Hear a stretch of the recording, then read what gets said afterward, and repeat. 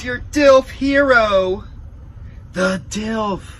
And tonight, immediately following Friday Night SmackDown, yours truly will be going live on Facebook, all over the internet, Instagram, Twitter. Check it out, baby. Tonight, immediately following SmackDown, as soon as it goes off the air, I am on the air live, worldwide, streaming. Check it out, baby. Got my Mega Slam shirt on with my bleach stains, because I don't mind getting this fucking piece of shit shirt dirty. Just like the shit company, Mega Slam. Real show, April 29th, coming to the Mecca. Be prepared. We're all gas, no brakes.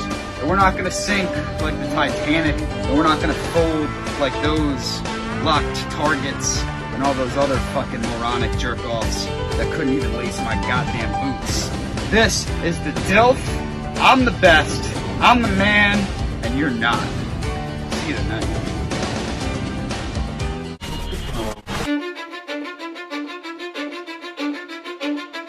Cause I don't give a fuck what you say. Yeah, I'ma do shit my way. So you can go kick rocks, I'ma stack bricks up, build what I want to make. Yo, I got a lot of shit to say, so I'ma do this every day. I'll be writing things until I'm fucking buried in my grave. 6 feet deep under, but my body won't decay. Cause my messages are timeless, so they'll put them on display. Oh yeah, I rap with a certainty, I have a sense of urgency. A message for eternity, for everyone internally. I had some people burning me, but now they fucking learn to see I ain't the one to fuck with. Now they looking nervously, and I don't really care what you think of me respectfully. You can kick rocks if you think you're fucking better. See, I will outwork you, turn you to an enemy. Hurt you so bad that you're gonna need some therapy. Alright, number one, I want to address the elephant in the room. So, people asked me, there we go. What's up, guys? And I'm reading your comments. Yes, I would wrestle Dirty Ron. Yes. A lot of people are asking me, since my friend Chad Menace left XPW, if I still support XPW. And I'll say it like, I support anybody that goes out there and wants to produce an event and has their own vision. I don't want any shows to get canceled, or I don't want any companies to go under except for a select few. And XPW, I hope, does good, and I hope to see maybe Chad return down the line. But I want him to be happy. Number one, that's the thing. I want him to work wherever he wants. I don't want him to feel like he has to work somewhere. So, yeah, I've already wrestled for GCW 5 times, and of course I support the body. He's a great fucking guy. He's a good person. And the internet likes to change the narrative and swerve things, but he is a good guy, and yeah, sure, why not? Why wouldn't I wrestle Necro Butcher? I'm not a fucking bitch. Yeah, Chad XPW was a great partnership, and I hope to see it play out more down the line. You know, just things happen, people don't get along, but that's not really one. It's not really one of the main things I wanted to cover tonight. But I thought, of course, I drink a lot of Bud Light this week, and everybody called me names, but I did it because I wanted to support my trans friends and the trans community. And you know, I'm not big on pronouns, but I'm not gonna be the guy that says "fuck your pronouns." I'm not gonna be that guy. It's a little too much. But I love everybody and support everybody. But what I don't support, I shouldn't say everybody, but what I don't support is people that go out of their way to mock professional wrestling, and that's what I see. When I was sent a graphic today, you know, usually I laugh at this stuff, but I could do nothing but just shake my head. Like, you got this fucking Mark, George Marshall, who I fucking met when I was working at Wawa. This is a shoot. Like, I was working at Wawa, and this guy had a WWE COVID mask on of the WWE Championship, bro. And he's telling me he loves The Undertaker because he has like an Undertaker hat on. And then I told him, like, I'm a worker, yeah, I work. And then, you know, he wanted to break in, so we started hanging out. And he broke in, and then somewhere along the way, like, he forgot who broke him in, and he started sucking Rob Fury's dick. And he doesn't do anything without Rob Fury's approval, like his boy Jimmy. And then he hates Jimmy, but now him and Jimmy are not a tag team because George can't fucking work, but he's managing Jimmy. So I saw today the first ever death match in the history of the company. I don't know what building it's going to be in. And I was told no death matches in Ridgefield Park. But, you know, you gotta roll with the punches, as somebody says. And that's what we're doing, man. We're just rolling with the punches. And I'm working Sandman April 29th. It's going to be good. COVID, I don't really sell for COVID. I didn't get vaccinated at all. I'm gonna get nuclear heat for saying that, but I did not get vaccinated at all. I didn't give a fuck about getting vaccinated. So I just thought it was like a waste of time and a little risky. I thought it'd be better to avoid it altogether. Some other people, you know, think it's better to take the vaccine. It's like some people believe in abortion, some people don't believe in abortion. I don't have a vagina, so I don't really have to care. But, you know, if I got you pregnant and you aborted my kid and I knew about it, you know, kind of sucks, but it is what it is. I want Justin Valencia to join. You know, let's see if he wants to on here. Send him an invite. Maybe we can talk.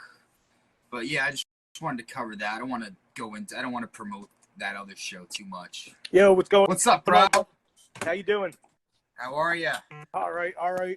Just got done work. See if I can hear you. Yeah, can you hear me all right? I can hear you a little bit. Whenever I go live, I can never hear anybody. It's all good, man. It's all good. Sweet. You guys hear him? Hope you guys all like the content I've been putting out I can on the YouTube. Hear him. Nice belt. Holy shit, he's got the belt in the back. Oh, yeah. I've been collecting for a minute. Hell yeah. We shoot down here. We shoot our interviews down here, so I tried putting like a lot of I guess it's just I can hear him a little bit. I just got to really listen. I don't know. It's my phone. Shout out to Joe Callis. Let me see if I turn the ringer on. What's up, Zubin? Yo, what's going on, guys? Hopefully this freaking thing. I'm trying to fix this shit.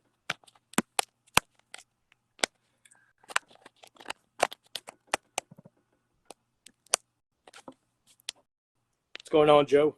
How's everything going over there? Let's see. Yeah, it's weird. The audio is just really bad on Facebook. Yeah. What the heck? Got Justin Valencia here, the owner of XBW Wrestling. How's everything going, man? Match company out in New Jersey. They had a few shows last year. Fucking amazing. I wish I would have been there, but I didn't know him then. But now we know each other, and we're going to work together. Absolutely. 2 weeks, 14 days now. It'll be midnight soon. 14 days, 2 weeks until Find Yourself Wrestling returns. Ridgefield Park, New Jersey. We had our first show there back in July. And my boy Justin here, he's got Goomba and Sanchez one-on-one XPW showcase. I'm fucking hyped for that match. These guys, I haven't worked with either of them before. I met Goomba back at Big Event. He's a cool guy. But I'm looking forward to seeing what these guys come up with in the ring. I saw their promos. And FYW, we're not just throwing shit at the wall and seeing what sticks.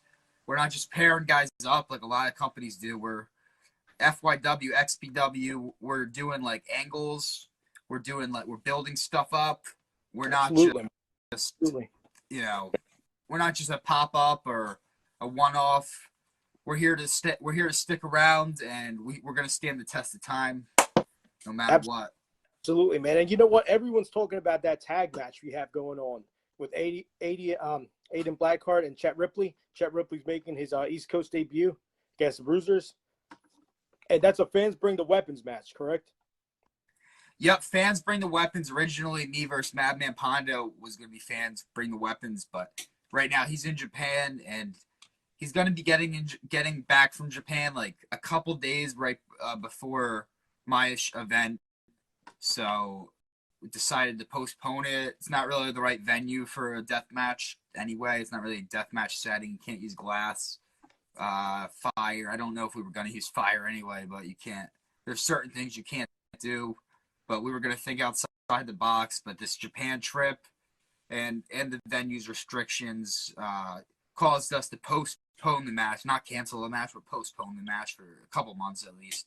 So Aiden Blackheart and Chet Ripley are teaming up to take on the Bruisers, and that will be Fans Bring the Weapons. It's a 2 weeks, no holds barred match. We're calling it no holds barred for a reason. Absolutely, man. They're gonna blow the roof off the building. I can't wait to see those guys. They're from like the southern part of the country, and I think they're from the South, right? Like the state they're in. The Midwest. They also work up north a little bit too. Yeah. But they're not in. What I'm trying to say is they're not in New Jersey a lot. No. So like No, this fresh is talent. a chance. April 29th, Ridgefield Park at the Mecca. This is a chance to go out there and see independent talent that you don't usually get to see around here. Okay. And so at least we're giving fans alternative, something different. Oh, yeah, absolutely. Fresh new faces, you know. Like I was saying, all these guys, I believe they're debuting in the East Coast for the first time. I'm sorry, what'd you say? I said all four guys are debuting in the East Coast for the first time. Yeah, I guess this is their East Coast debut. I don't think maybe they haven't worked in New Jersey at all. So I mean, this is awesome for me, for them to work with these guys, and I think one thing our company has done that a lot of other companies can't say they have is we've been able to really pair like a lot of crazy matches together and that actually like stick, that people are like, oh wow, this is a match that I didn't know I wanted to see, but I want to see it now that I see it's announced. Like we did Grim and Heath Slater versus Rhett Titus and another dude, Tarzan. And it was a tag match, and it was just a wild match. Like Grim and Heath Slater as a tag team.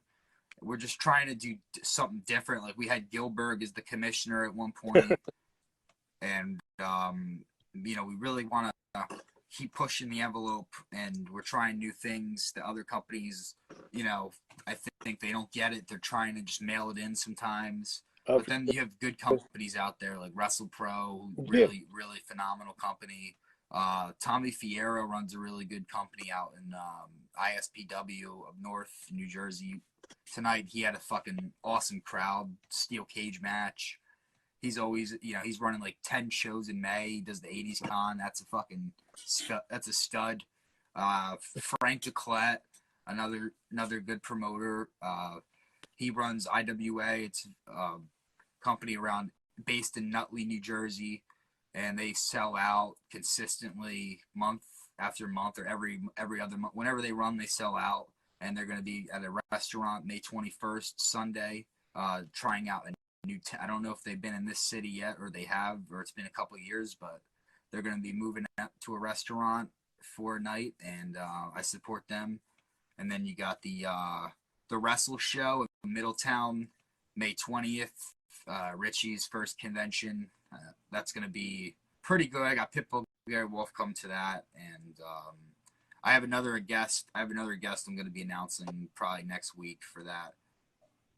Oh. Also, Sunday, that week, May 21st, same day as if you're not in New Jersey and you can't check out IWA, if you're in Maryland, go check out Baltimore Celebrity Fest or Adrenaline Championship Wrestling, or why not both? They're in the same place, same town. So right after Baltimore Celebrity Fest, you can go to my boy James Ellsworth's independent show, Adrenaline Championship Wrestling, featuring Ruckus, James Ellsworth. More to be announced. So just a lot of cool things coming up that weekend. Absolutely. Do I Speaking have the balls to book G Raver? of Yes. I G-Raver, support G Raver.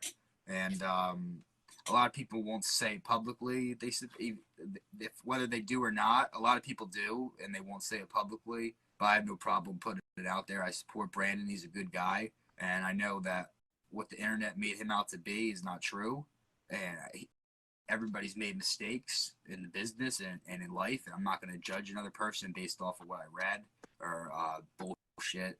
And especially, a lot of people say that was the other company that took him out. There was a conspiracy, and I'm not 100% going to say that's true or not, but I think it's definitely all of a sudden he's not on good terms with the owner of fucking the Chain Gang, and then he gets fucking spoken out on, and now he did one spot, people talked about it, and then now it's just like, where does it go from here?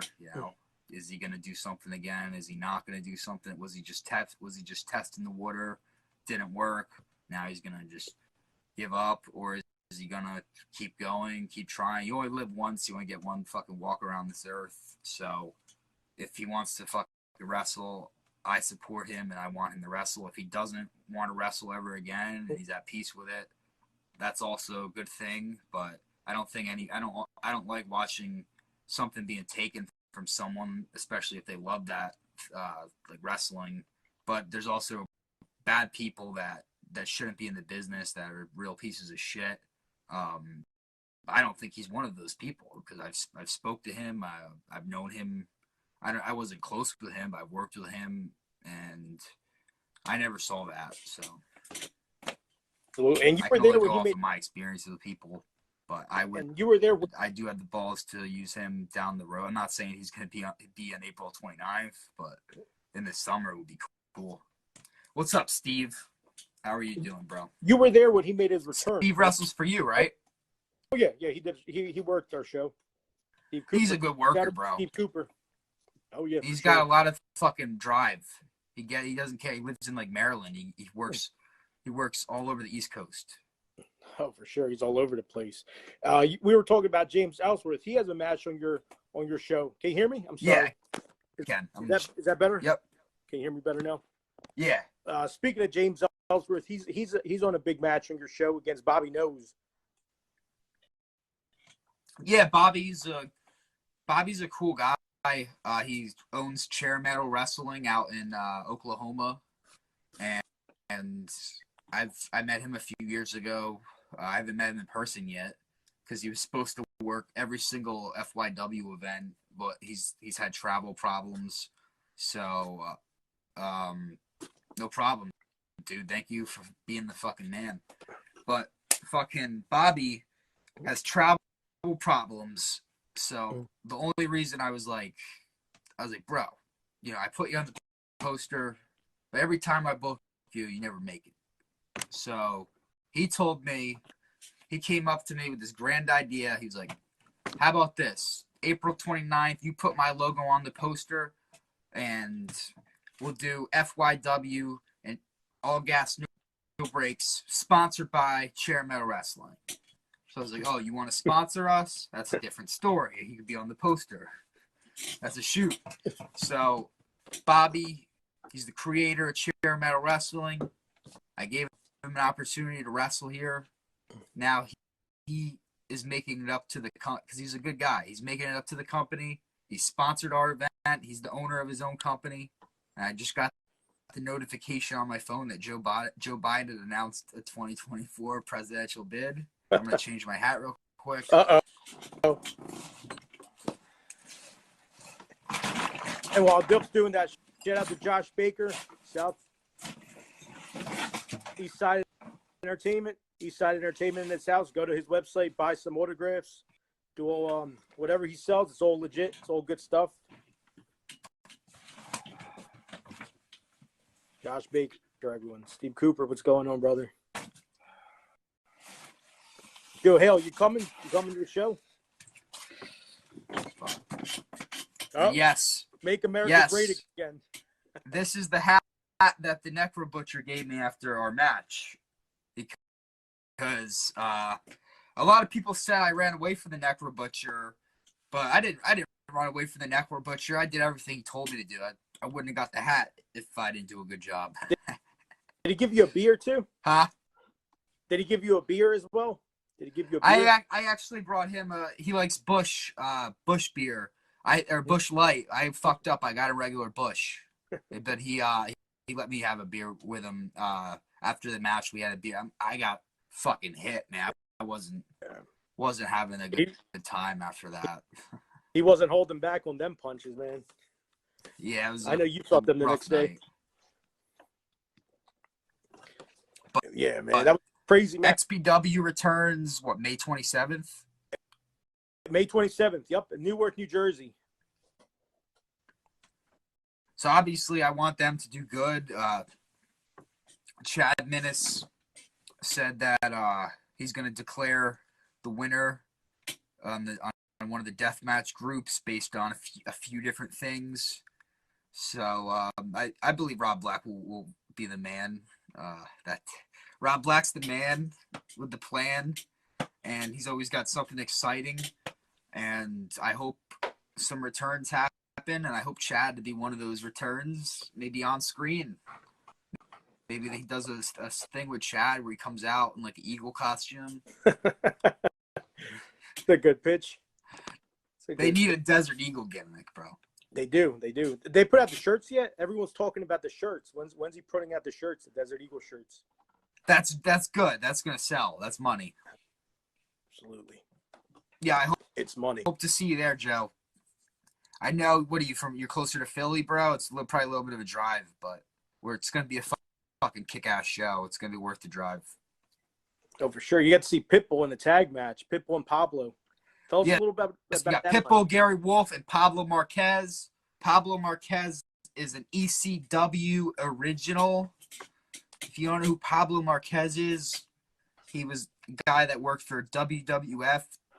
I don't know if he was in WCW or not, but he was in ECW. Plenty of matches there. World traveled, and he's still kicking ass. International superstar, very respected all around the world. And yeah, bro, we could probably pick you up. I got a guy. We're doing airport runs in the morning anyway near Philly, so we got to get the Pitbull off the plane. And I love how FYW, you guys always get the wild cards. Like you guys pulled Hellaware Assassin out of nowhere and put him in a death match at your last show. That was awesome. Yeah, I haven't talked to Hellaware maybe in a couple weeks.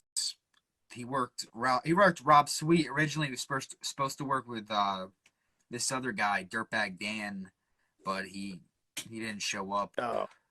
So things happen, and I told him it was cool, and then he told me like he's gonna punch me in the face or whatever, be a tough guy. So then I was like, all right, well you're not gonna be on the next show, buddy, but good luck. So that's Dirtbag Dan's a fucking idiot. 20 years in the business still doesn't get it.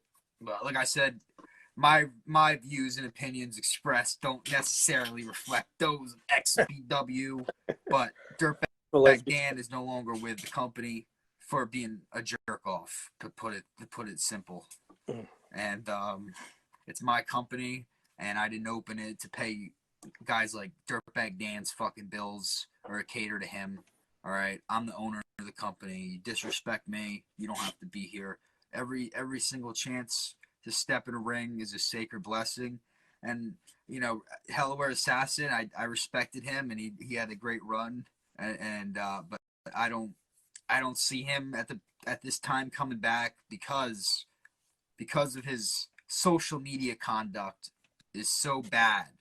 And he talked about people that work for me, that currently work for me, and he very just stupid shit that you shouldn't fucking write. And he wrote it, and I asked him to delete it, and he didn't delete it. And I was trying to be nice about it, and then he gave me a fucking whole paragraph of bullshit. So I unfriended him. But, no. We'll talk down the line. But the point I'm trying to make is when you go out there and you attack one of the boys because you think they fucked up, but you don't have the proof. I'm the fucking boss. I'm the owner. I wear the hat. Okay. So, and yes, I paid Hellware Assassin, and he overcharged me. He overcharged the fuck out of me. He said he wants 170, and then afterwards he said his new rate is 300. So I don't know who he's gonna work. I don't know, Mr. California or whatever the fuck that guy's name is. I don't know if he's getting 300 for that. But like, I don't even know, like, I don't know why you would, like, he thought it was a good idea to write. I'm not going to say what he wrote or who he wrote it about, but I don't know if you saw what he wrote, but he wrote something that really pissed me off, and I'm hot about it still, man. I'll message you what he wrote, but, like, Oh, no. I'm a little hot about with Hellware, but I do think he had a good run in CZW, IWA, and I respect him for his contributions to deathmatch wrestling, and I wish he didn't move. Oh, There's yeah. a lot of things I wish he didn't fucking do, and he did. That's just my only thing with him. I wish he didn't move. I wish that he would have not laid behind the car and caused a scene, but he did. Good old JD, man. And then I even asked him to do an angle and lay behind the car, and then, like, maybe DJ Hyde's in the car, and DJ Hyde gets out of the car, and he's like, "Hey, you fat fuck, get up." He's like, "I want you in a death match," and then, like, him and DJ Hyde have a death match on my company, but he fucking moved, so he didn't even get there. And that would have been good, man. Him and DJ, would have definitely called people's attention, for sure. Yeah, I love DJ, man. Like, you got promoters. There's promoters out there that, like, bore the fuck out of you, and a lot of people say DJ's boring. I don't think DJ's boring at all. No, hell no. I think no. His promoter philosophy is genius. Oh, for sure. No, for sure. And on a scale, like people shit on DJ, and on a scale of like 1 to 10 from what he did, you know what I mean? I don't think it was honestly all him with the selling the rights to the DVD to that company for that. You know what I'm talking about all the time. Yeah. It wasn't even him. He sold the content, and that's someone else's problem. Yeah, that whole thing was like, I'm surprised he got so much heat for that, because that's just, that's part of the business. Like, if it was guys doing that in the ring, and then like there was a bunch of Indian dudes jacking it off to us or whatever, and they were selling it to them, I don't think, even if the guys complained about it, I don't think anybody would get behind us. No. But if it happens to the women's wrestlers, all of a sudden it's a problem. But for sure. I don't think he had any knowledge of that being what do you call it? For sure. Porn or whatever they tried to say it was. It's not porn. Yeah, no, they're not naked. Not. They're just calling it porn. If they want to call boxing, like, if boxing, UFC, wrestling, and it's women, and they're in, like, they're covered and they're fighting. If you want to call that porn just because you're not in the United States, more power to you. I'm not offended by that. Oh, no, for sure. For sure. Yeah, it's cancel culture, man. They pick and choose who to cancel. Speaking of cancel culture, I wanted to ask you, what was your experience working with Drake at Icons that weekend? Oh, it was pretty cool, man. It was pretty cool. No one said nothing negative. Everyone who came up to him was nice to him. It was a great experience. You have a lot of people talking online on the deathmatch scenes, like trying to cancel it, but no one went up to him. Everyone was cool. I didn't see no one that was talking shit about it, but yeah, it was a good experience, man. Drake was fun. We put out some content. We took him to some of the old CZW venues, filmed some stuff. It was all positive. Wow, that's cool. Yeah.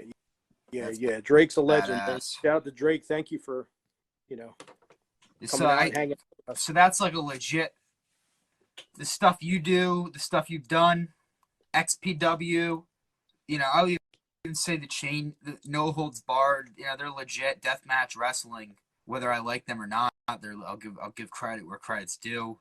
They're one of the top deathmatch companies. But then you have imitations like this garbage I saw, Mega Slam.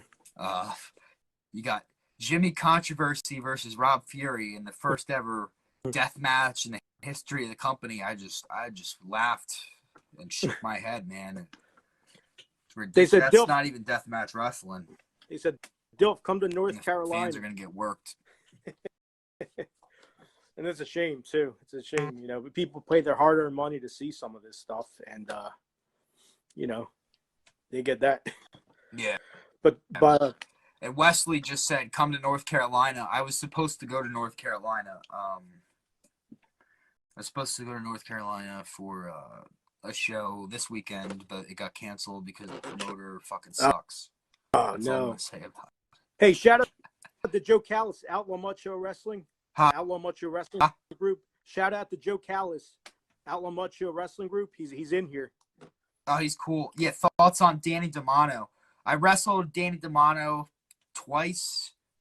They were good matches. I enjoyed working with Danny D'Amano. He was a little stiff because he's got a small dick and he likes to take it out on people. But we'll get to Jimmy in a minute. Danny D'Amano, my issue with Danny D'Amano started before he split from Chad Minnis, because Chad Minnis once worked with him, and it started when the Tampa Bay incident, when he ejected Teddy Hart. I did not agree with that. I thought that was bullshit, and I thought that was a fucking coward, fucking punk ass move to get him to cause a fucking scene and then try to look like a cool guy for throwing out Teddy Hart. When Brett Lauderdale did not at Bloodsport, he didn't have to fucking throw somebody out for fucking clout or to be a tough guy. He didn't get on the microphone and be like, if he comes back, I'll beat the shit out of him like a fucking moron, Mark. So like, I just that whole thing was ridiculous. So Teddy Hart did a lot for Danny. Danny's ungrateful. I don't like that trait in a human. I don't like ungrateful people. I don't like liars. I don't like people like Danny. And he got his teeth removed and he can't even smoke, and that's good. And he's so stupid he's probably not even eating edibles or drinking his stupid syrup that his boyfriend John Wayne Murdoch sells, because he's fucking dumb. He doesn't use his brain. So I hope he's not even stoned at all right now. I hope he's just sitting in his fucking room, miserable, writing shows, trying to figure out what he's gonna do with the Kirks next. And but yeah, I think Danny D'Amano's a hack. I think he sucks. I think it's hilarious that he got cut out of Game Changer Wrestling and how that whole thing went down. I don't know exactly how it went down, but I know that when Jersey Championship Wrestling was originally purchased, Danny D'Amano was not smart enough to put his name legally on anything, so he never owned Game Changer Wrestling in the first place. And Brett was smart to move away from that guy. It was the smartest thing Brett's ever done, because look at where Brett is and look at where he is. GCW. But yeah, the whole Teddy Hart thing, the whole G-Raver thing, the way Danny's went on the podcast a couple weeks ago and buried G-Raver. I saw that, and then he said he's not in a war with Rob Black when he is, and then he kind of like pussied out of the war, I feel like, and tried to say like it doesn't matter the letters when it does matter the letters, because wrestling is about ego. It's ego-driven sport, ego-driven business, and he's the one that said that originally. That's where I got that from. And now all of a sudden, it doesn't matter what letters are on top of the marquee. But I think it does. What about all the people trying to cancel Teddy Hart, man? He didn't, he was never charged with any of that shit. Yeah, the whole Teddy thing, like he didn't get on the plane, so we just moved forward. I told him maybe down the line we'll do something later in the year. Never say never. But he's at peace with it. He's done everything. Unlike a lot of guys, if people forget, Teddy Hart trained a lot of guys. He worked with everybody. He did everything he wanted to do. He probably wasn't. There was a good chance he wasn't going to go to WWE because Bret Hart punched Vince McMahon in the face. And this is shoot stuff, you guys. This is stuff exactly like you're not going to hear this shit anywhere else. Like you're not going to. People don't have the balls to say it, but I'll say it. Like he punched fucking Vince McMahon in the face. And one thing you never do is you never punch your boss in the face. You never lose your temper. And Brett lost his temper one night at Survivor Series, and he punched his boss in the face. And when he did that, he didn't just cost himself; he cost an entire generation of Hearts a job, a legacy. And I think it affected their push. And even though T.J. Wilson and guys like T.J. Wilson and Davey Boy, Harry Smith, Natalia, they ended up getting jobs anyway. I think if you really look at the talent those workers, those guys have, like especially like Harry Smith, why were they jobbed out? Why weren't they used properly? And I think it's just like it goes to show like Brett made a mistake one night and they hired them, but they never surpassed the mid card. I think Natalia's won a few belts, but I think Harry should have been in the fucking main event. I think Teddy Hart could have been in the ring with guys like Batista, Rey Mysterio, Shawn Michaels, and we never got to see those matches, and it sucks. And maybe Rob Black will give Teddy Hart an opportunity, but I'm always willing to give Teddy Hart an opportunity. I'm hopeful that a few other companies, like maybe GCW down the road, MLW possibly, welcome Teddy back. VXS, I would love to see Teddy in VXS.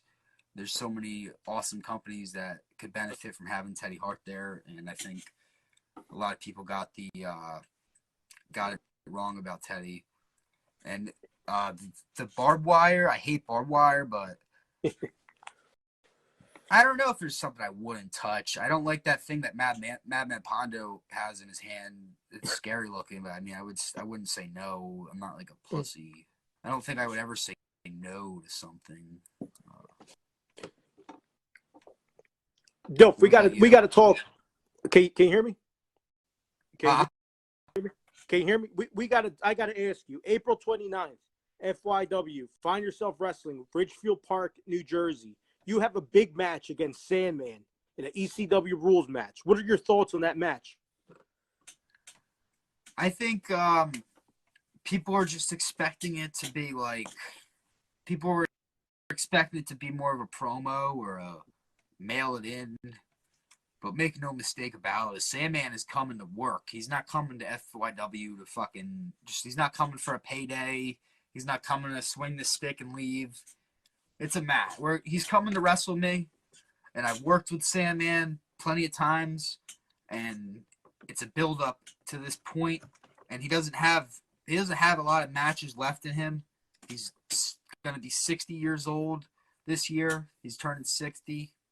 He doesn't have a lot of fucking matches, but one of his last matches will be against me, and whether or not I grew up watching him, he was one of my favorites. I still have to do what I gotta do when I get in that ring, and I gotta take him out. I gotta beat him. I can't lose to him. This is FYW. I can't lose in my own house. And paydays in New Jersey I think it depends on the company. There's so many wrestling shows in New Jersey, so it just depends where you're working. No, for sure. You're going to have to take Old Yeller out back and take care of business, man. What's up, Roberto? See, Roberto's watching. But, yeah, fucking April 29th, we got a loaded card. The other match I wanted to talk about was Jekyll versus Hoss Hoggood. Hoss Hoggood is a wrestler from the Maryland area. He's been around for a little bit now. I first saw him at PWX when I was working out in Pittsburgh, and I was like man, this guy's got a look. He looks like a cross between Thor and Alex Hammerstone. So I was just like, how is this guy not signed? Like, is this guy taking bookings? How do I reach him? And I saw his Facebook. I hit him up. He travels with James Ellsworth from time to time with the Maryland crew and works up and down the East Coast. Reading the comments, and he's a phenomenal worker, and I have the privilege of working with Haas, and he's gonna work the Jekyll. I haven't met him yet, but he looks like he's a phenomenal talent, and I saw some of his stuff. The guy could fucking work. So a lot of people don't know these guys in this area, but they're going to after April 29th because they're going to tear the house down. My boy Zach Ruby's watching. He just got signed. Shout out to him. You know, Zach was one of the smart ones. He didn't really get involved with the nonsense, and he just kept his nose clean. He trained hard. He stayed in the gym, and he worked a few companies here and there and got the tapes out. Then WWE gave him a tryout, and now look at him. He's a fucking success story, and you know, he got the job, but now it's up to him to keep it. I told him that, and we had a conversation about fitness and staying in shape. And, you know, now that you look better on the guys, you look better than a lot of the guys on the indies, but now you got to look better than a lot of the guys on the NXT, and that's not as easy. But he's willing to step up to the plate, and I think he's gonna, you know, it's sink or swim in the WWE. But I think Jack Sapphire will swim all the way to the main roster, maybe even WrestleMania. Well, absolutely. But And much props. I think somebody asked a question before. Oh, IWTV or Fight TV, is that the goal? We were already on IWTV, so no, it's not the fucking goal. The goal is to do cool shit and to sell out buildings.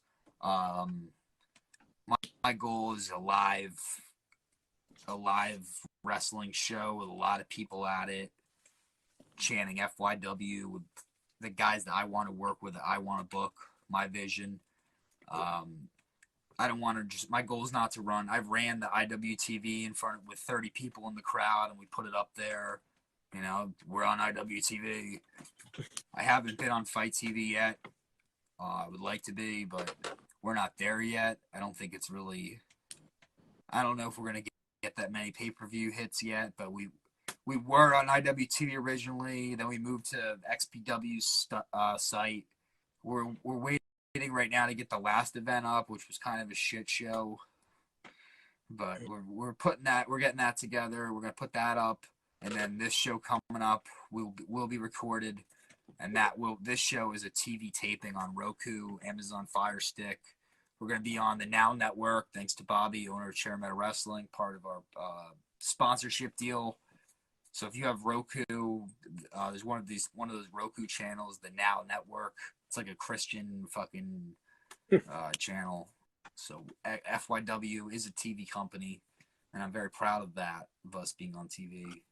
And absolutely, IWTV though, I think is it's a good service, but it doesn't pay out enough to the little guys on there and some of the smaller promotions. If you're not like Danny DeMano or Drew, I don't think you're going to get a big check from IWTV. And shout out to you for bringing in fresh talent. Shout out to you for bringing fresh talent to FYW. You know what I mean? You're not using the same guys everyone uses week in and week out. You're bringing in fresh talent from the Midwest. You're bringing in fresh talent from Maryland. You know, a lot of fans are definitely talking about it and appreciate it. Yeah, that's the goal. We just want people to talk. No publicity is bad publicity, but I think something that we have done better this time around is we've had more positive stuff than negative stuff to talk about. Last time, compared to last time going into our show, there was a lot of controversy. There's a lot of bullshit, a lot of problems. I got a lot of phone calls. I had to change the building 3 times. There's a lot of bullshit, but I'm happy that everything's running smooth and we're back on track, and the fans will always support quality professional wrestling, and it doesn't matter whether you doesn't matter whether you're WWE or whether you're FYW, as long as you put on a good show and you're creative, the fans will keep coming back, and that's what we want to do. We want people to keep coming back. We don't want people to come to one of our shows and say, this fucking sucks, I'm never coming to an independent wrestling show again, because that ruins it for everybody. And is FYW going to come to Wisconsin? I don't know about Wisconsin. I don't have anything in Wisconsin right now. It would be cool. I don't know. Is there a commission or anything? But I don't really know about it. Florida. I would love to go to Florida. I'm in talks with Florida. There's a few other states. But yeah, we do want to run out of state. I'm even thinking about the next FYW show might not even be in New Jersey in the summer. I kind of do want to run maybe August or September. It's tough to draw in the summer, but we'll see. We'll see what happens after April 29th. I'll know then more. Shout out to bringing out the cheap wrestler Matt Rivera. Yeah, I saw his thing on TLC, and he's not signed at the moment, but he's definitely a guy that I see getting signed potentially down the road. And he had a good little spot on the TLC show, and I thought that was he did a good job on TLC. I don't know how much of that was like a work or whatever, but I thought he nailed it, and I was entertained. And then he cut a promo the other day, and I was fucking laughing my ass off. And he's just a cool guy and very professional, and he's a nice guy. He's a cool dude. I look forward to meeting him and working with him. I'm surprised I haven't met him yet, because he doesn't live that far away. He's been working just as long as I have, if not a little longer. I've been working for 6 years, since I was fucking 17, the senior in high school. I've been working. And that's gonna be in the 4-way match.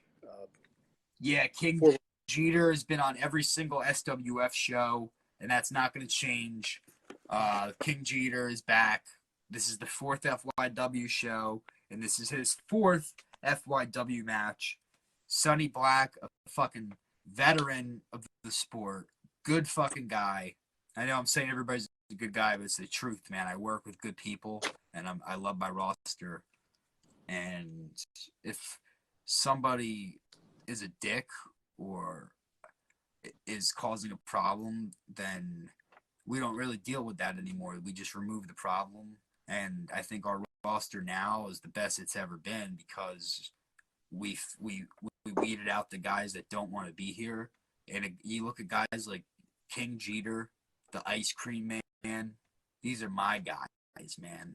These are my fucking guys. I know they're my guys, ride or die guys, and I trust those guys, and they'll always have a spot here if they're available, if they're not busy that day. I'm not saying with other companies, like I know life. I'm just saying with life, if they're not busy with life, because I know they put the company up here, and they put the company in priority, which I appreciate.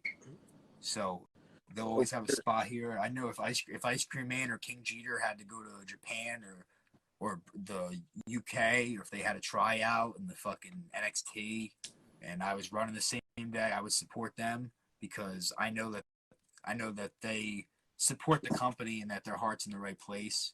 And there's a lot of guys that have been through here that are just about themselves and gas money and bullshit and their own mark mentality or whatever they think, their own agenda.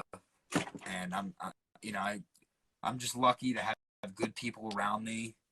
And I have Steve Cooper, another good guy. He's going to be working the Battle Royal. I've been on plenty of shows with him, and he's a good guy to have around, and just good people to have around. And I'm excited to work with Cizend again. I haven't worked with Cizend in almost a year now.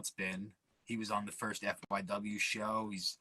He was busy the last 2 times he ran, but finally we're able to get him for April 29th. And then the other guy in that match is Alan Compass, who he was on our second show in Toms River. Our second show, it was in Toms River. he was in the Memorial Cup Battle Royal, and now he had a good attitude about. He showed up, took a seminar, and he earned his spot at the company. And he's a professional, and he goes to wrestling school multiple times a week. He trains hard, and he's a guy that said, "I want to do this. I want to do professional wrestling full time for a living. I'm gonna take a chance on myself. I'm gonna bet on myself, and I'm more than happy to give him an opportunity here. And I think he's gonna fucking. I think he's gonna show out and show his stuff off. I don't think New Jersey's seen much of him, so I'm excited to showcase Allen. And I just think I think the whole four-way with Cezanne, Jeter, Cheap Wrestler. I think it's just a good pairing of four guys that can four guys that are talented and could work.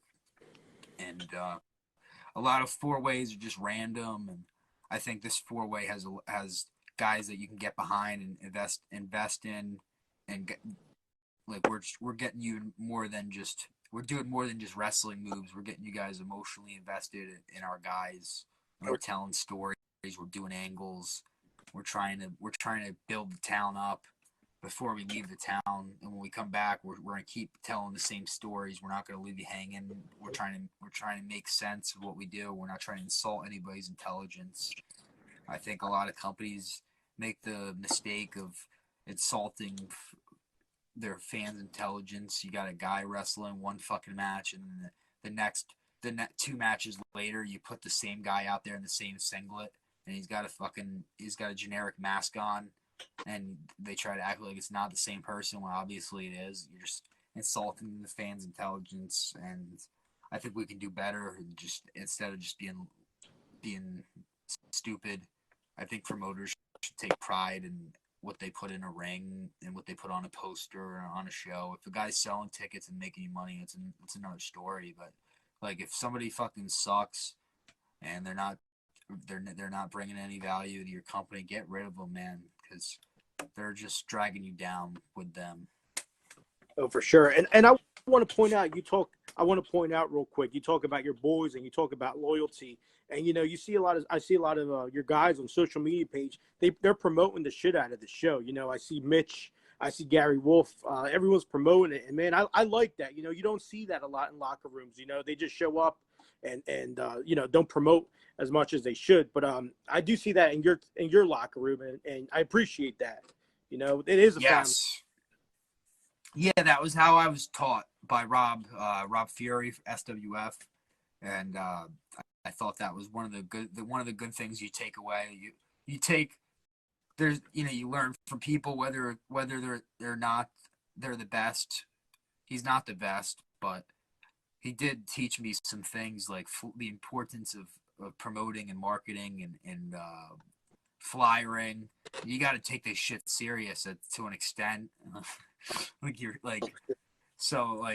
You got to hang up the flyers. You got to share the Facebook.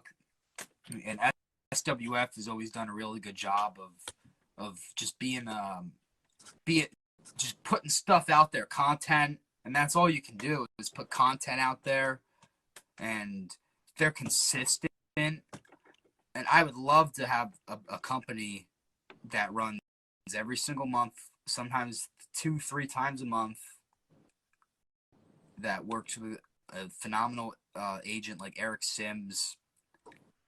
Some of their venues are very good. Some of their venues are but I think SWF is doing better than a lot of independents I give them shit. I talk a lot of shit. They talk shit too, but they are doing better than a lot of other independent companies because of what you just said, because their guys promote, because they're a well-operated machine. And Rob Fury, whether or not you like him, he does promote a wrestling show that people more times than not has a decent crowd and people come out to see. Whether or not it's a good show, it's debatable, but people come out to see the product, people follow it, people watch it. Like Mega Slam is what it is. You got this bullshit death match I was talking about earlier, but like to get to that point, it doesn't happen overnight. And then there's other companies like ECPW Gino Caruso, they run so fucking often. It's just hard for those guys to keep up with all the promoting, but they try to, and they're students and they work hard. It's just we don't have a school. We have a few guys that I count on to share the poster. I have a few other guys that flyer. I got you. You know, thank God, and I got your XPW match. Those guys, they're doing their promos. They're promoting. That's what we need. We need more of that, and that's like not dead weight. It's the opposite of dead weight. That's what we need. You know, that's value. You're bringing in value to the company, and then, you know, I've seen other companies where they're like, oh, why don't you bring me in? Why don't you book me? I'm like, dude, are you gonna flyer for me? Are you gonna do a promo? Like, are you even gonna wear fucking gear if I book you? Like, I see some of these guys, they can't even fucking lock up, wear fucking basketball shorts, jeans. It's not even their fucking gimmick. Like, you're not John Moxley. It's just like, why would I want to book you? But yeah, and you know, our promoters don't get as much credit as they should. You know, you're you know, there's sleepless nights. You go in day in and day out. You know, you have a lot of stress on you. This guy tries to get booked on the card. This person pulls out. So much props to you for you know, doing FYWs for so long and keeping up with it. Yeah, I hate having to change the poster. People don't understand. Every time somebody cancels on me, it costs me money. It costs you. You've ran shows too, or produced shows. You've produced shows, both. Every time somebody changes something and you have to message your graphic guy, it costs money to touch that up. It's not free, and it takes time for them to do it. It's not like, oh, this guy pulled out. Let me text my graphic guy, and then boom, new poster, and it's free. No, it costs money, and it takes time and money. Everything is time and money in the business. Well, yeah, sometimes the flights too, man. The flights, you don't get that shit back. I'm talking about the flights. You don't get that back sometimes. No, I don't get flight insurance back. I never spend that extra $20. Same here. But, yeah, man, props to you. Keep doing what you're doing. Like I said, you got a real tight family back there in your locker room. You know, a lot of people are going to be watching this show. You and Sandman are going to blow the roof off the building. Can't wait. That tornado tag match, good stuff, man. Good stuff. 429. Everyone watching this, you got to show up. Hell yeah, show up dude. to support indie wrestling. Yeah, 2 weeks out. Get your tickets now. Simpletix.com. I told everybody last night. I made a post. If you're a VIP ringside holder, which we already have a few of them, we have sold a few tickets for VIP already. So we do have it's a limited. I think we have maybe 25 VIPs left.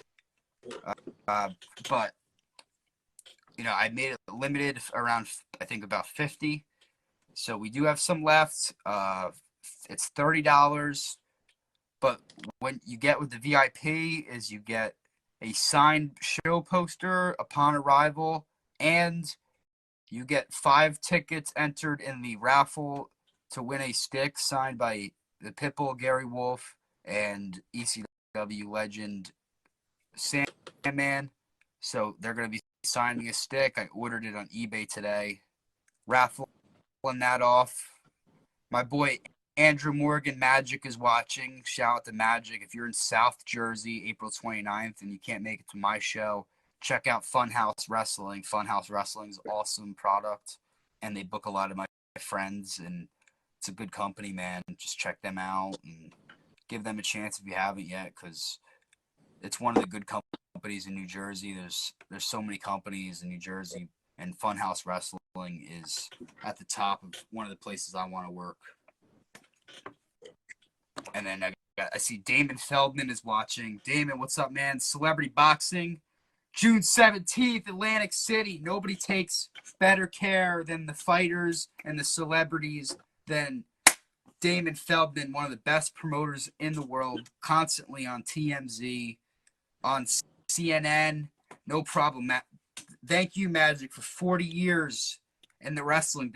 Actually, bro, I googled you earlier. I was looking you up. I was checking out like your old match listings on the cagematch.com and the what do you call the wrestling data. It was like the match that I was looking at your career and stuff, and I was like, wow, man, Magic has stood the test of time. And I remember a few years ago when I was on the ring crew for Rob Fury show, SWF, and I think it was Tommy the Moose and Dirtbag Dan. I'm pretty sure that was the team, and they were going up against Magic and Adam Rose, and I remember Magic just worked his ass off that whole match, and he did such a great job, and Adam Rose just comes in for like the hot tag at the end. But I remember Magic carried that, man, and I was impressed. And people say that fucking Adam Rose, he's the WWE guy, he's supposed to carry the match, but Magic, he's the guy that carried that match, bro. He's a workhorse, and he's still fucking to this day can outwork most of the guys on the indies just because it's all in here. He knows, he's seen it all, he's done it all. He trained a lot of guys that are really good, and he's a good dude. And I think he's almost 40 years in the wrestling business. So I'm not calling him old. That's impressive. And I hope one day that I could look back and say I did 40 years in the wrestling business, and I wonder how his body feels. But he still gets in the ring, and he still fucking goes out there. So I love you, Magic. Damon Feldman, amazing promoter. But is Budweiser still available at FYW? The Richfield Park Knights of Columbus has a bar. They sell alcohol. I think their bar prices are pretty good too. They're not like super high bar prices. And of course, the Sandman is going to be bringing Budweiser to the show. If you're there, I'm sure the Sandman will.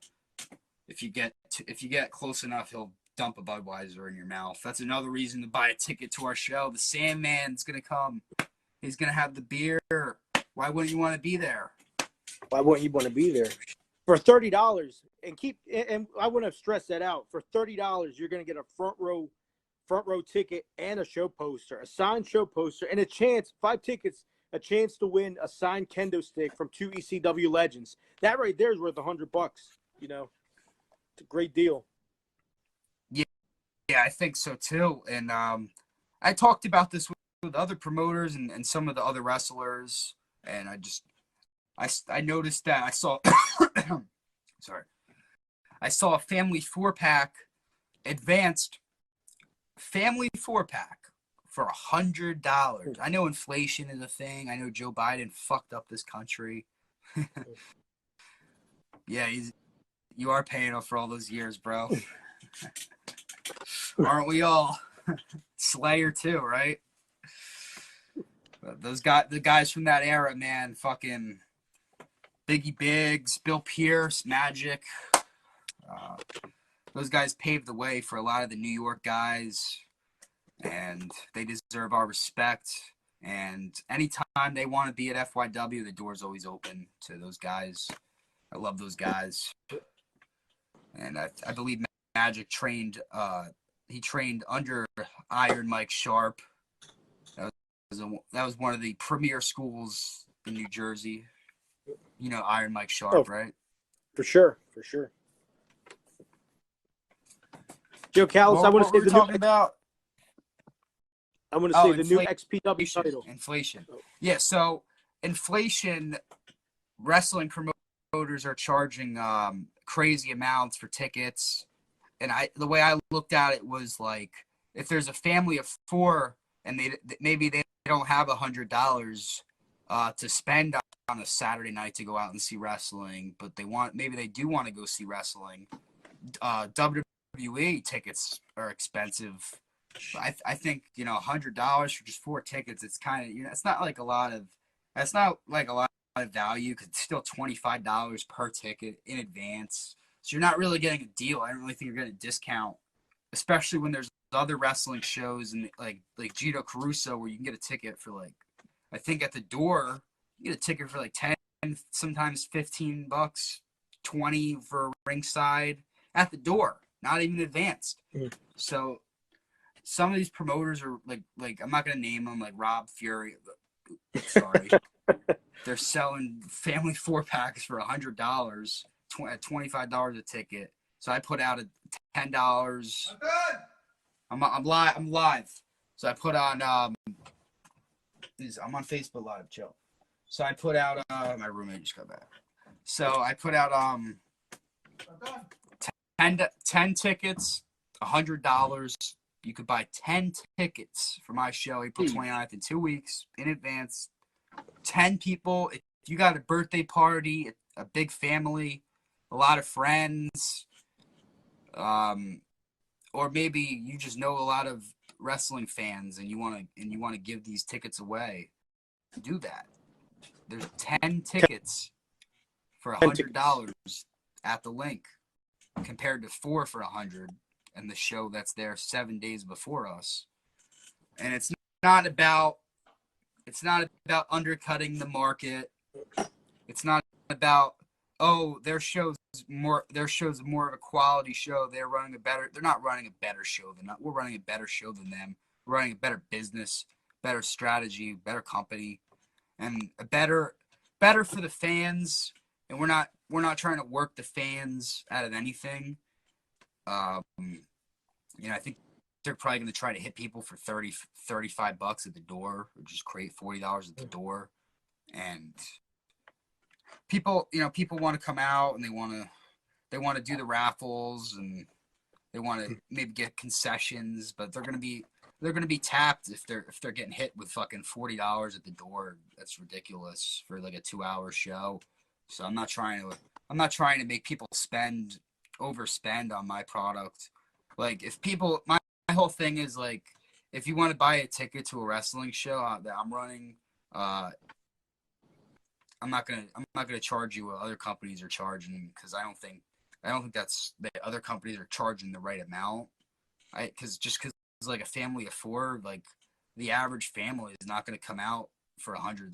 It's not like, why would, like, they can go to the movie theater for less than that. Like, they can take their kids to the movie theater. They can take them out to eat. $25 a person. You got $25 a person. No, so, absolutely. Like, you go to fucking Applebee's for $25. You can feed both your kids maybe for like 2 for $20, or whatever the fuck. You can go to the movie theater. You can get tickets to see a movie for if they're like kid prices, for like $10 to $12, not fucking $25 a person. Like, that's an adult price. It's like $25 to get into a strip club. You're trying to charge a fucking 10-year-old $25, $30 to get into a fucking wrestling show. Like, I think wrestling for kids, maybe 12, 10 and under, ticket prices should either be like $10, $5, or free. Even at WWE events, WWE tickets should be like lower if it's like a kid going, because children are our future. Children they're gonna grow up and they're gonna decide if they're gonna continue to watch wrestling or they're not gonna watch wrestling. Like, they're gonna either grow up and say, this is stupid, this sucks, I'll watch something else, or they're gonna grow up like we did and they're gonna love this shit and they're gonna continue to support it. And I just hope it just comes down to more people need to support wrestling, and wrestling is, the issue is wrestling is, people want to take money. It's all about a money grab. So somebody will sacrifice one big payday, one big fucking inflated ass fucking sale, and then the fans are like, shit, man, this show sucks. I spent all this money. I drove all this way. The show wasn't that good. I'm never coming back to this shit. And then they tell their friends that, oh yeah, that company, it's my local wrestling show and it sucks. That's what independent wrestling has come down to around this area.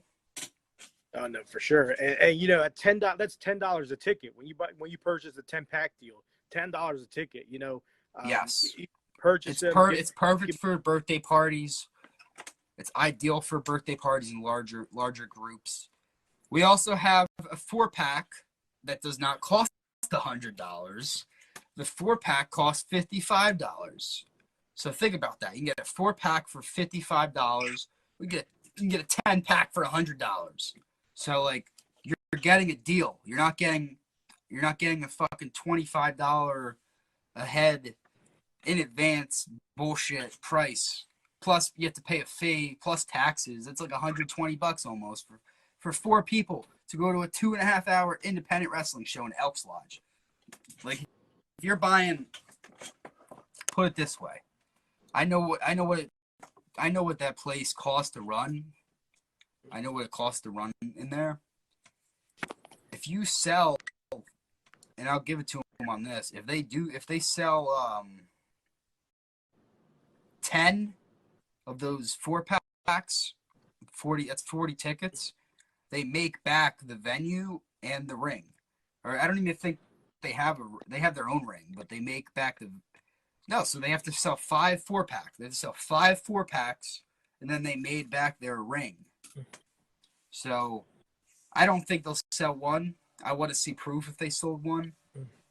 But if you're buying those, why not buy a 10 for 10 or 10 for 100 or 4 for 55? And we have James Ellsworth, the Sandman, Pitbull, Gary Wolf, myself, Pablo Marquez, the Bruisers, Aiden, Clout Cutter, Blackheart, Chet Ripley.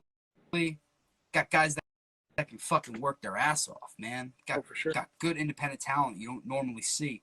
A lot of the guys, I keep saying other companies. It's a bad habit, but like it's a bad habit when they keep bringing in the same fucking talent over and over and over and over. I see my boy, the Hardcore Hillbilly, is fucking watching. I want to work with him, man. I want to wrestle him. If there's any promoters watching this, put me in a match with the Hardcore Hillbilly. Because his boy broke my jaw, and I want fucking revenge. Before I get my revenge on Necro Butcher, I want to make an example out of this boy. Oh. What do I think about the Bruisers? I think the Bruisers are 2 phenomenal talents. I haven't gotten the chance to work with them, but from what I've seen, I liked their work. I think they go together as a tag team well. I think their gimmick is cool, and I wish more people like tag teams are like a marriage. I've been in some tag teams, and your tag team partner, they cheat on you, they're shitty to you, that they have other goals, and I was always like, I'm a loyal person, I'm pretty easy to work with. I'm a tag team specialist. I know what it takes to get a tag team to the next level. But whenever I had a dancing partner or whatever, they didn't want to commit. It's a commitment, and those guys are committed. So I'm looking forward to working with them. Chet Ripley and Aiden are familiar with each other. It's not a random pairing. They know each other. They've worked with each other. They've been in the ring with each other, bled buckets, beat the shit out of each other, stood by each other. I don't know if they might have tagged before, but they have no choice but to tag because they're going up against the Bruisers. So it's either fight both of them, because if you're fighting one of them, you're fighting both of them. So it's no holds barred. Tornado tag. Fans bring the weapons. Like I said, no fire, no glass. Denver. I would love to go to Colorado. That sounds like fun. It sounds like a fun car ride. But that, and I'll put it out there, that will be the main event of the evening. Whoa. Because I feel like that will be the hardest hitting match, and I want fans to go home after watching a legit fight. I want them to. I think those guys are real, bring the realism to the sport, and I like realism. I like the shoot style. I like all kinds of wrestling, and I'm trying something new where it's not just guys doing moves. It's not angles. It's everything. It's a buffet table. You can whatever you want. It's there. Like you can go to get your fucking rice. You can go have your sushi if you want. You can get ice cream. It's all right there. If you want dessert, everything's right here at FYW. Oh, absolutely, man! Can't wait. April 29th, FYE in Redfield Park, New Jersey. Can't wait, man. That match is gonna blow. You know, it's gonna put you on the map, man. Yeah, I'm looking forward to it.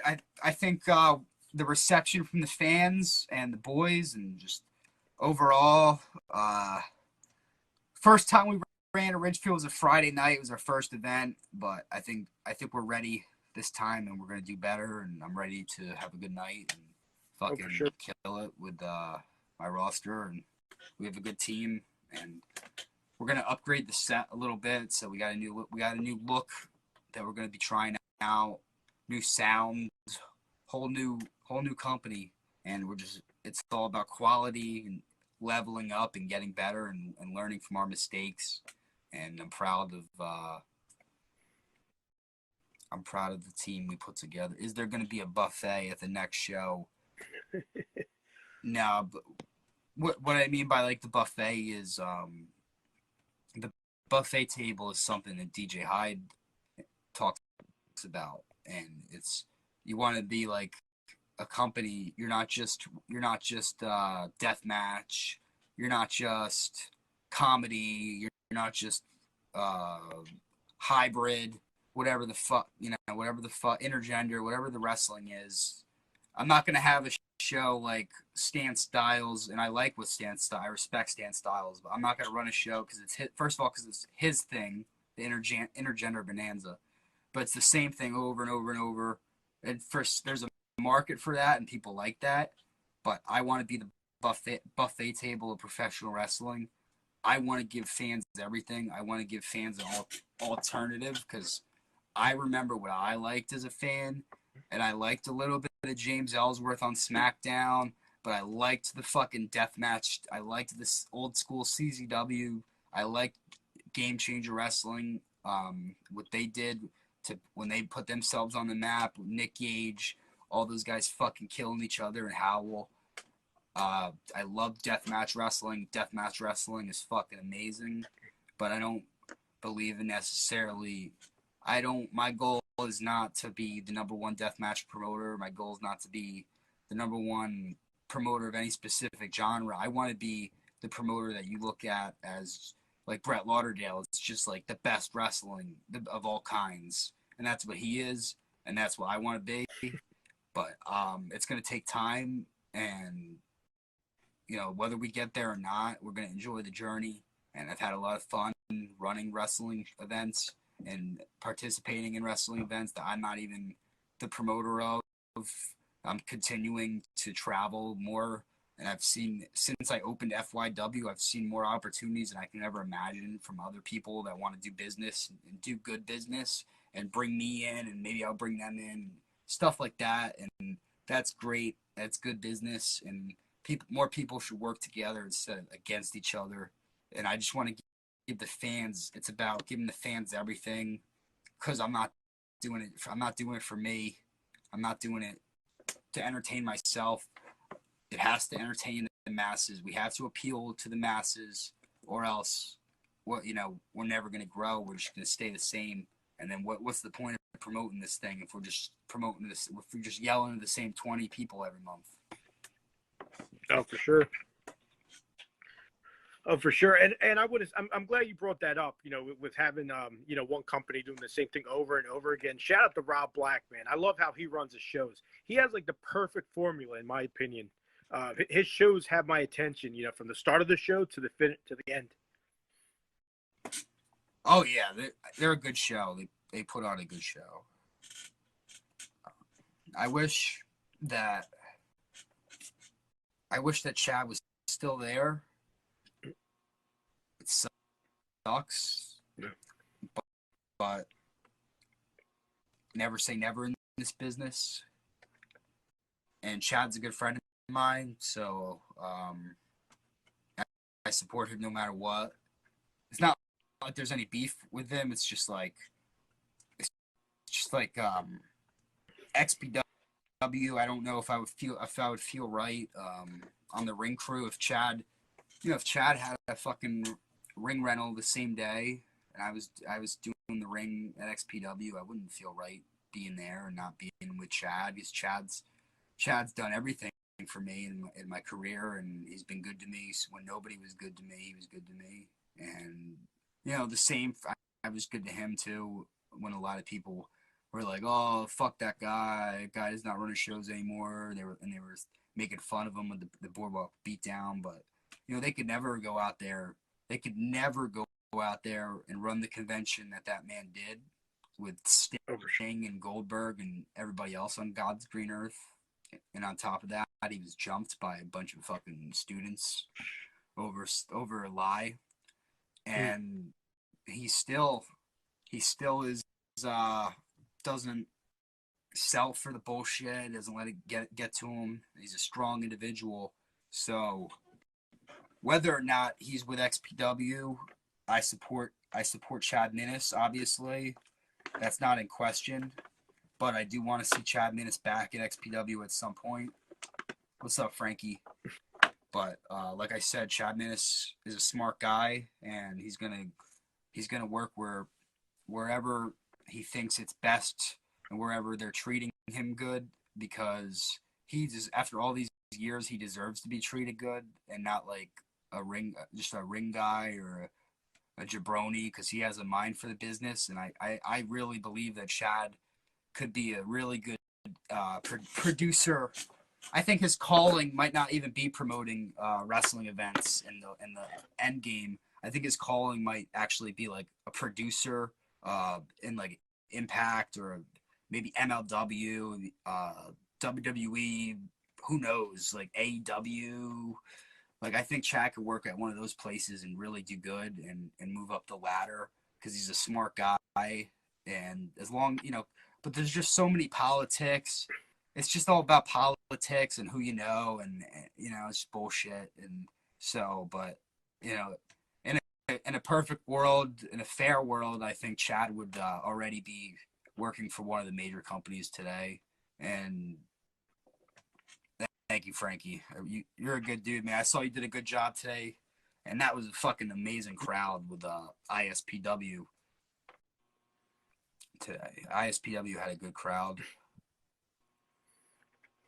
Will we see the dick spot at FYW? Well, I don't copy. I'm not gonna flat out rip off what Hard Body, or the Body. I'm not gonna call him Hard Body. He's the Body now, just the Body. I'm not gonna rip off what he did. He did that. That's his thing. You gotta find new ways to be innovative, I feel like. And Justin is a creative guy. He runs XBW, and we're gonna come up with some creative stuff. Absolutely. And I don't know if it's gonna be in Richfield Park, but we will do something controversial and crazy, just for shits and giggles. Well, absolutely. Look out for that spot. But yeah, we'll do something crazy. We'll get the internet talking, brother. Hell yeah. No. But yeah, shout out to Chad, man. He's got a great mind in this business. He should be. And I think if he hangs in there, he'll something will happen. Something will happen if he hangs in there. He knows a lot of people he's done right by. And when you put a lot of good out into the world, you usually get it back eventually. And Chad deserves his flowers, as they say. And I hope he gets his dream job working for WWE, AEW, Impact. But even if he doesn't ever make it to those places, he's still made a difference, a major difference in Atlantic City. Professional wrestling in Atlantic City was non-existent until Chad Minnis brought it back a few years ago. And now look at what GCW is doing, and the Showboat and a few other companies have attempted to replicate their success. But Chad Minnis is the guy that brought professional wrestling back to fucking Atlantic City. Yeah, Atlantic City, with Pentagon Jr., Alberto Del Rio, Jack Swagger, Rhett Titus, and SWF Roll the Dice. That was his show. He ran the SWF for one night in Atlantic City. A lot of people think that was Rob Fury. It wasn't Rob Fury. It was a Chad Minnis show. Oh, wow. That's crazy. I was actually at that show with Christian Ross from H2O. We went there and had a good time. Do you remember that show? Yeah. I was there with Christian Ross. Me and him went down there. We're big Alberto Del Rio fans, so we drove down there just for that show. That was a phenomenal show. You guys had Taya on the card. Yep. That ladder match was insane. Yep. And Frankie will be there on the 29th. Hell yeah. And that was like, I think it was like 2017. That was a long time. It feels like just yesterday, but it was such a long time ago, and it was like almost 6 years ago now.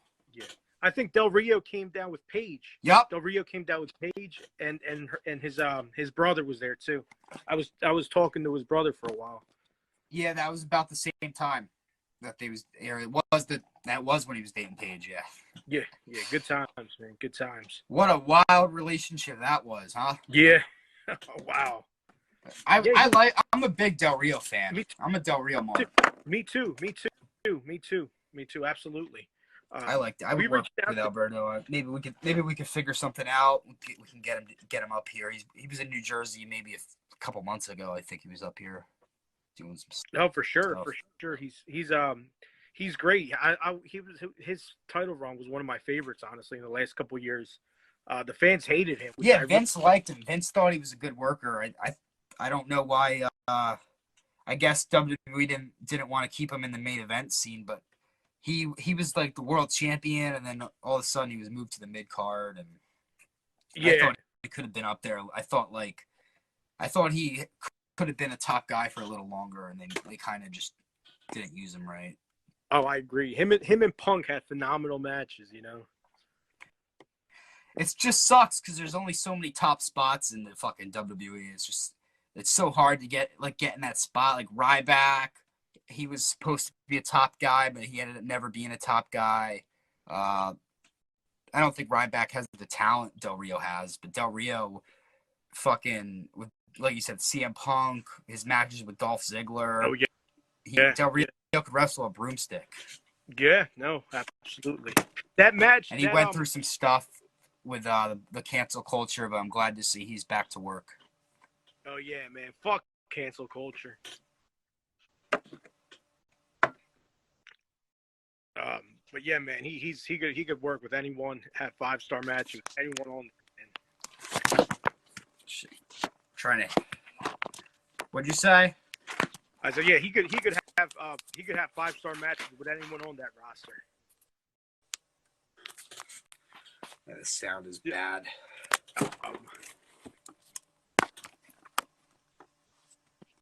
Can you hear me better now?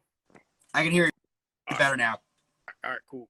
But yeah, we were talking about Del Rio, man. He was a great wrestler, probably one of the best world champions they had in a while. And like Frankie said, fuck cancel culture. Yeah, I would like to book I would like to book Alberto Del Rio down the line.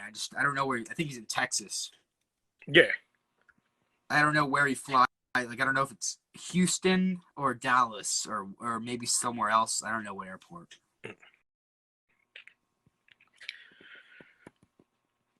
You there? Yeah, I can hear you good. That show, I think that show we were talking about, the SWF show, that's a show Taya had an accident on the way back to Philly. I believe Taya. Savio Vega? No, Taya. I believe Taya had an accident on the way back to Philly. Oh, the roll the dice. Yeah. Roll the dice. Yeah, was Taya there? Yeah. Taya was there.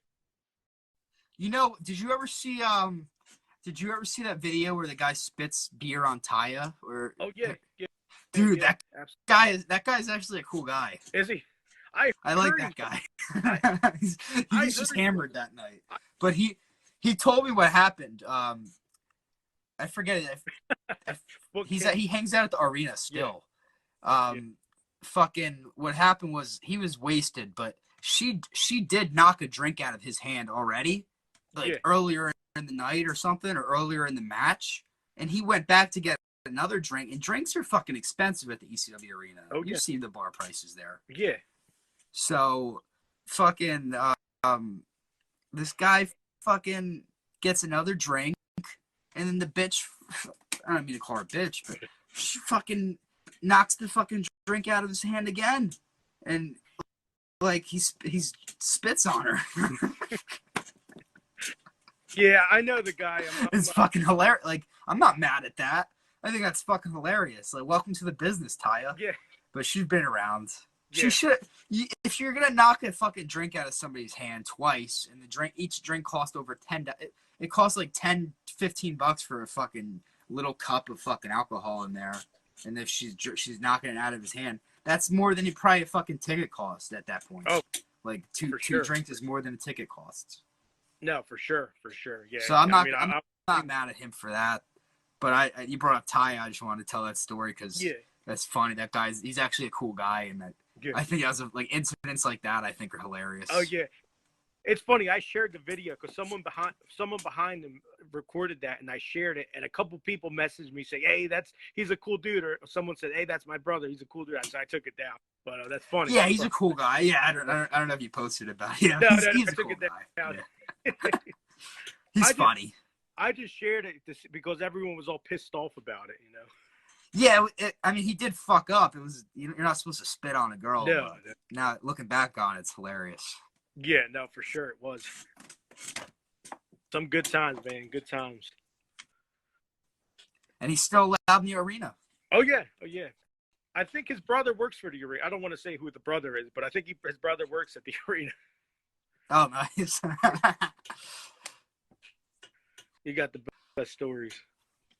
You do have some good stories. Yeah, Frankie, you got to hit the road. We're going to Chicago next week, Friday night. Wanted to shout out my boy Pitbull, Gary Wolf.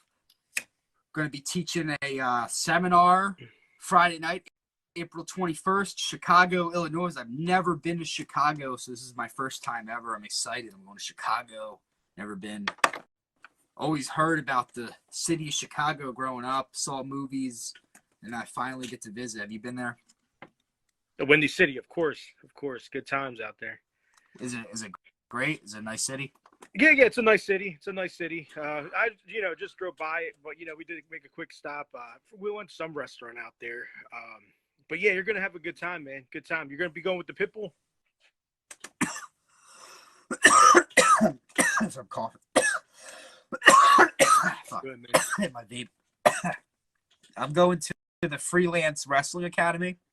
You ever heard of that? Yeah, I have heard of it. Yeah, it's they do pretty good independent. It's an independent show too. They do pretty good crowds. A lot of people watch it. Kylie Ray is the head trainer. Nice. Yes, so Pitbull is going to be teaching at the school Friday night, and then we have a surprise appearance. I don't know if I should say what state it's going to be in, because that might give it away, because there's only so many wrestling shows. Unless you're in New Jersey, then there's a million. Yeah. But we will be making a surprise appearance. Myself and the Pitbull will be making a surprise appearance somewhere near Chicago, whether it's 2 hours away, 3 hours away, 10 hours away, doesn't matter. We're going to get there the next night, Saturday, April 22nd. We will be making a surprise in-ring appearance at an event. And this is not a surprise appearance in front of 30 people. This is a surprise appearance that will be in front of over 1,000 wrestling fans live. April 22nd. I spoke to the booker. Almost 1,000 tickets already pre-sold for this show, plus whatever they're going to do at the door. This is a loaded show, and we're surprised, so I can't say who's on it, unfortunately. But me and Pitbull, Gary Wolf, we're going to Chicago on business, and then the next night we're stepping in the ring again on business, and then we're coming back to New Jersey. I'm flying him. He'll be flying into Chicago airport, be picking him up, and we'll go from there. Flying home, gonna be visiting the city of Detroit. I decided to do a one-way into Chicago, one-way out of Detroit. So it tells you we're gonna be in Michigan at some point. Oh. Good stuff. Can't wait, brother. That's this weekend. Not this weekend, but the weekend coming up in about a week. Okay. Literally, today's Friday. In 7 days, I will be in Chicago a week from now, and I see my boy said Teddy Hart versus Alberto Del Rio versus Joey Ryan. 3 of my favorites, man. Oh, hell yeah. And I like Joey. Another guy we haven't talked about yet is Joey Ryan, but I do like Joey, and I think a lot of that was bullshit and blown out of proportion. And when I don't even know, like, what did he do? Like, what the fuck? And it's scary. You know what's scary about the internet? What's scary about the whole situation is anyone could just make up lies, put it on the internet, and then everyone just backs him up. And I don't think there was any proof that he did anything. Was there? I don't think there was. They just canceled him. Yeah. And the thing about Joey Ryan, which I'll speak out on that other people won't, is to his defense, everybody in wrestling that's like ever been somewhere that I've talked to, like WWE guys that are coming off of Impact, ECW legends, they don't have anything bad to say about Joey. They don't have anything bad to say about him personally or professionally. They said he's a cool guy, maybe sloppy flirting. Other than that, cool guy. We all have, he even went to, I don't even think he needed to, with the whole sex addicted counseling, and he gets like chips when he achieves a milestone, and they're still not giving him a chance to come back. Yeah. But he still goes to the fucking groups because maybe he did have a problem with wanting sexual attention from women.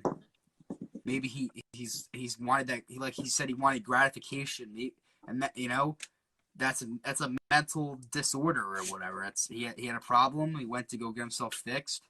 I don't think he ever forced himself on anybody. I don't think he ever broke any laws. He's not a monster. He's a human being, and people need to stop labeling people like Joey Ryan and G Raver and Teddy Hart and Alberto Del Rio. They need to stop labeling these guys as dickheads or whatever, because they're not. They're good people, and if you talk to them, you have a conversation with them, they treat you with the same respect that you would treat them. And it's not like if you talk to Teddy Hart and you get to know Teddy Hart, eventually he's going to turn his back, and then you're going to see what everybody's talking about, or with any of those guys. Like if you trust G Raver, eventually G Raver is going to fucking get comfortable, and he's going to turn his back, or he's going to be what everybody says. No, because like fucking people have, and I don't know if you saw. Did you see Halloween Ends? No, not yet. No. Yeah, I saw it. So like people have this. This is one of the things they said in the movie. People want to put the blame. They always want to have like a boogeyman. There always needs to be a boogeyman. Like you always have to blame somebody. Like there always has to be a monster around. Like fuck him. You always got to take it out on somebody else. You got to take it, whatever you're mad about, you take out on someone. And that's what I think people do because they're jealous of Del Rio. Look at Del Rio's a talented fucking guy. What do all those guys had in common? They're all the best at the fucking style of wrestling they did. Oh, yeah. Teddy Hart is the greatest wrestler ever in the ring, move for move. Nobody sells like him. Nobody can do as many moves. Nobody can talk like him. Nobody can fucking move in the ring like him. And Alberto Del Rio, one of the greatest wrestlers, one of the greatest Latino, if not the greatest Latino wrestler in the world a few years ago, when he was at his peak, he was number one. Oh, yeah. Like, not just Latino. Oh, yeah. He came to America because he was so good in Mexico. WWE had to have him, and he went mainstream. Oh, yeah. Not a lot of guys without the mask from the Lucha made it that big. Never. Del Rio's a fucking success story. Oh, for sure. He cut his promos. You know what I mean? He, from what I've heard, he only learned English like a year or two before, coming to America. And then they put him on WWE. He was great on the mic. He was phenomenal on the mic. He got everyone worked up. Like you said, really good Latino wrestler. I didn't know that. He was such a good talker too. I enjoyed his like promos. I didn't know he just learned English. Yeah. Yeah. I mean, people are just jealous. Yeah, and they jealous. And Joey Ryan, because Joey Ryan didn't have to take a lot of bumps.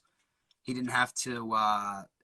He didn't have to fucking run around and blow himself up. He did his gimmick. He didn't really do a lot of crazy shit in the ring. He did though, but he didn't at the same time. Like he didn't put a lot of he didn't do a lot of athletic flippy risks besides the dick flip. And but super like, he was the best, too. And I think people were jealous that he got to just get in the ring and do his thing and was over like that, and he had all that power. I think people were jealous and they wanted that spot. It's only natural. Absolutely. And really cool dude too. I got to talk to him at one of Stan's shows, and it wasn't just like a hi and bye. He was asking me about like what I liked about wrestling and all that. Really cool, down to earth dude. At the end of the day, I'm hoping somebody wins in 2024 and maybe makes a comeback, and hopefully that translates into wrestling and a few other guys that make a comeback, if you know what I mean. Oh, absolutely. Absolutely. Because I'm tired of the cancel culture. I'm tired of guys getting unbooked. I mean, we're not gonna go into detail, but I mean, you've seen it. I've lost bookings over bullshit. Oh yeah, for sure. It's just enough's enough. And a lot of people ask me to be the promoter that leads the revolution against cancel culture.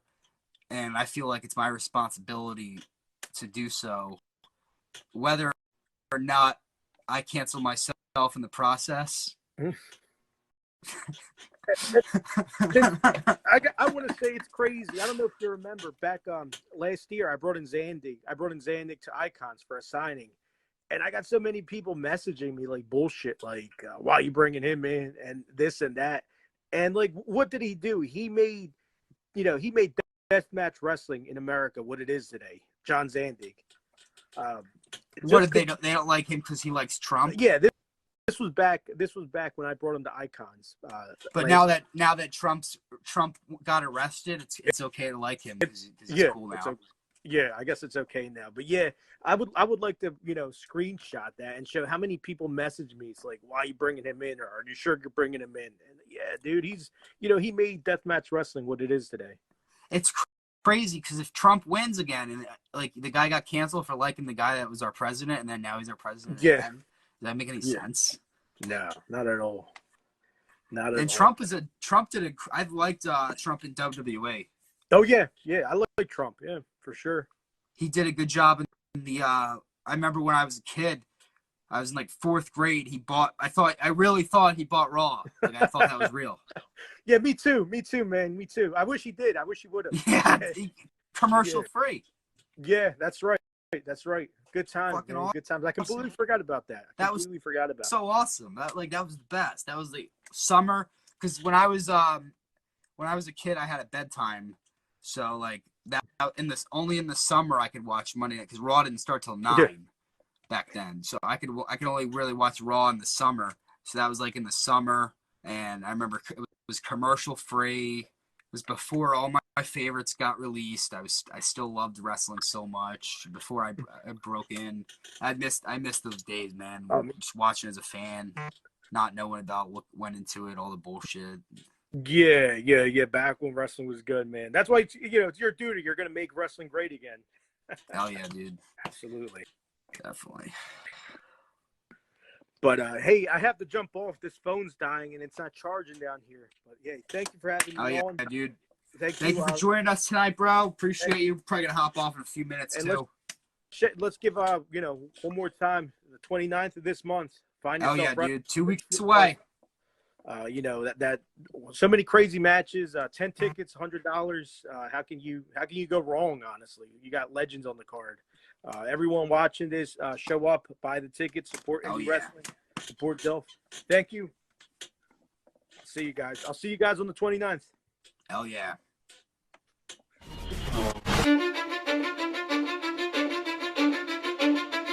Cause I don't give a fuck what you say.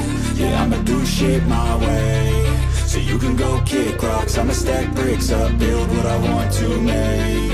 Yo, I got a lot of shit shit to say, so I'ma do this every day. I'll be writing things until I'm fucking buried in my grave. 6 feet deep under, but my body won't decay. Cause my messages are timeless, so they'll put them on display. Oh yeah, I rap with a certainty, I have a sense of urgency. A message for eternity, for everyone internally. I had some people burning me, but now they fucking learn to see I ain't the one to fuck with, now they looking nervously. And I don't really care what you think of me respectfully. You can kick rocks if you think you're fucking better